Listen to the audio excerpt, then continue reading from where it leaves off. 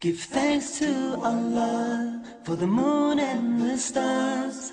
Praise Him all day for what is and what was. Take hold of your Iman, don't give in to Shaitan. Oh, you who believe, please give thanks to Allah. Allahu Ghafoor, Allahu Rahim, Allahu Yuhibbul Muhsinin.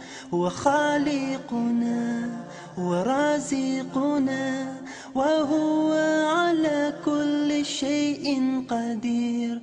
Allah is Ghafoor, Allah is Rahim, Allah is the one who loves the Muhsinin. He is our creator, He is our sustainer, and He is the one who has power over all. Give thanks to Allah for the moon and the stars.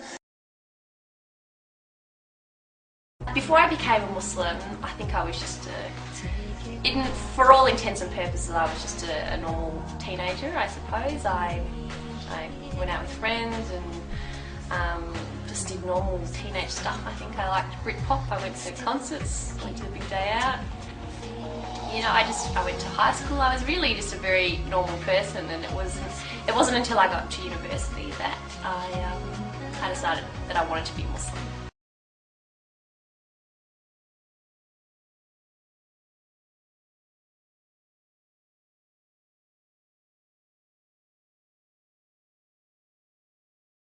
When I was about 17, I started to question why I believed what I believed.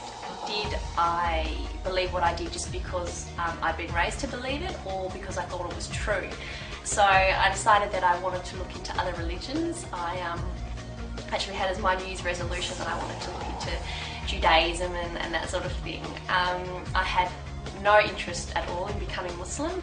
When I read about what Islam said about itself, I realised it was actually very different to what I thought. It was actually very peaceful, very egalitarian, strong emphasis on equal treatment of women, strong stance on social justice. I thought it was a very intellectual religion, yet it was also very spiritual, and that really appealed to me as well. And so after a couple of years of actually looking into it and taking it seriously, it was when I was 19 that I realised this is actually something that I really believe in. Give thanks to Allah for the moon and the stars. Praise Him all day for what is and what was.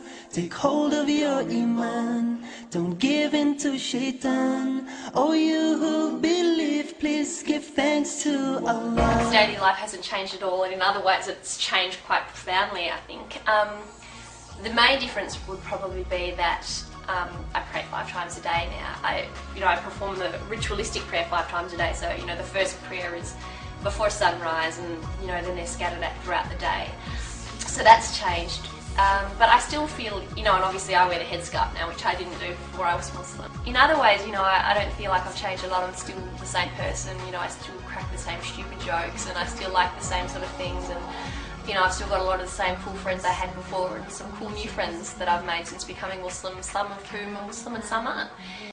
I am a Muslim, Islam my deen, Allah my Lord, His word Quran, Muhammad Prophet, praise be upon. I'm a Muslim. We live in a society where women are constantly objectified. How many times do we turn on the TV or drive past a billboard where a half-naked woman is being used to sell spaghetti or toothbrushes or carpet or whatever?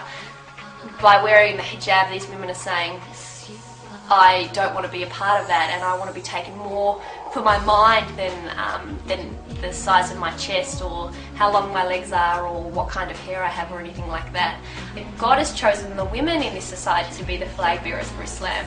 My husband has a beard, but people can't necessarily tell that he's Muslim, He just really sort of fits in with everybody else. But for me, as soon as someone sees me, they know that I'm Muslim, and so I'm like the flag bearer or the ambassador for Islam, and I find it really interesting that God chose women for that role and not for men. Allahu Ghafoor, Allahu Rahim, Allahu Yuhibbul Muhsinin. هو خالقنا هو رازقنا وهو على كل I think there شيء certainly are stereotypes قدير. of Muslims.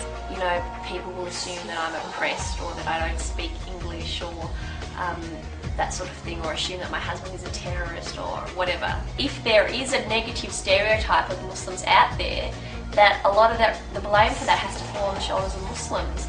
People aren't going to think the wrong things about us if Muslims aren't constantly doing the wrong thing or coming across negatively. Muslims also need to have open minds and participate in open, non-threatening dialogue and welcome non-Muslims into their mosques and talk to them about their religion.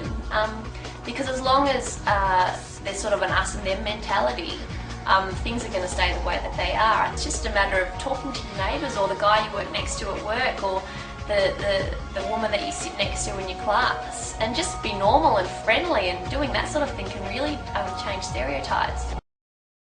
With him are the keys of the unseen, the treasures that none knoweth but he. He knoweth whatever there is on the earth and in the sea. Not a leaf doth fall but with his knowledge. There is not a grain in the darkness or depths of the earth, nor anything fresh or dry, green or withered, but it is inscribed in a record clear to those who can read.